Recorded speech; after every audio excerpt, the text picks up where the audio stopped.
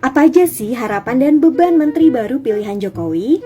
Cus, langsung kita kupas bareng saya Nurul dari Bojonggede.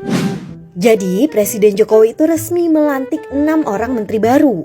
Ada mantan wali kota Surabaya, Ibu Tri Risma Harini, yang jadi Menteri Sosial menggantikan Juliari Batubara yang sedang tersandung, kalau kata Kava Nugroho sih terjungkal terguling-guling dugaan korupsi dana bansos COVID-19. Ada juga Sandiaga Uno yang menggantikan Wisnu Tama menjadi Menteri Pariwisata dan Ekonomi Kreatif.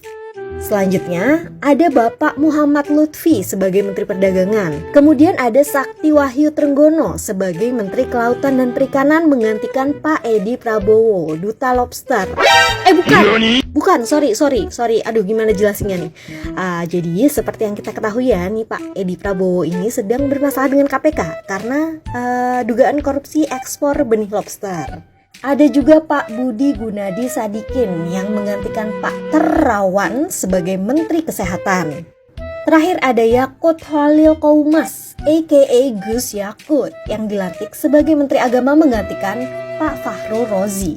Nah, dengan dilantiknya ke-6 menteri baru ini, harapan dan beban pun otomatis jatuh ke pundak mereka nih. Direktur PT TRFX, ini gue bener gak nih bacanya nih? PT TRFX Garuda Berjangka, Bapak Ibrahim Aswaibi ini memprediksi sentimen menteri baru akan berdampak positif untuk pasar. Ia memperkirakan kinerja IHSG akan terus menanjak hingga akhir tahun 2020. Nah, menurut Pak Ibrahim ini, popularitas nama-nama menteri baru membuat kepercayaan pasar meningkat.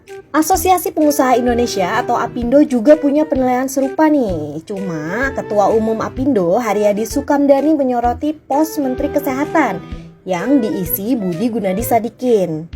Haryadi berharap Pak Budi ini segera beradaptasi dan meyakinkan publik atas kemampuannya. Soalnya publik kan emang suka suuzon.